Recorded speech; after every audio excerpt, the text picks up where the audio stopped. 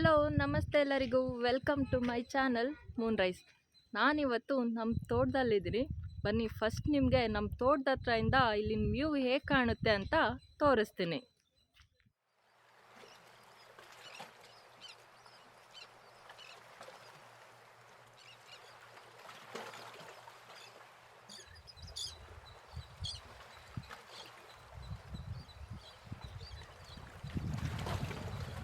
ನೋಡಿದ್ರಲ್ಲ ನಮ್ಮ ತೋಟದ ಹತ್ರದಿಂದ ವ್ಯೂ ಎಷ್ಟು ಬ್ಯೂಟಿಫುಲ್ಲಾಗಿ ಕಾಣುತ್ತೆ ಅಂತ.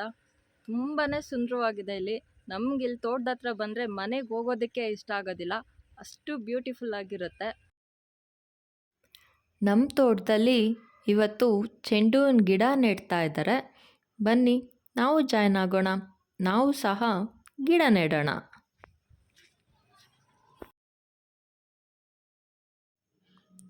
ನಾವಿಲ್ಲಿ ನೋಡ್ತಾ ಇರೋದು ಚೆಂಡು ಹೂವಿನ ಸಸಿಗಳು, ಮಾರಿಗೋಲ್ಡ್ ಪ್ಲ್ಯಾಂಟ್ಸ್. ಇದನ್ನು ಫಸ್ಟು ಈ ರೀತಿ ಒಂದು ಕಡ್ಡಿಯಿಂದ ಹೋಲ್ ಮಾಡಿ ನಂತರ ಆ ಗುಳಿಯಲ್ಲಿ ಚೆಂಡು ಹೂವಿನ ಸಸಿಗಳನ್ನ ನೆಡ್ತಾ ಇದ್ದಾರೆ.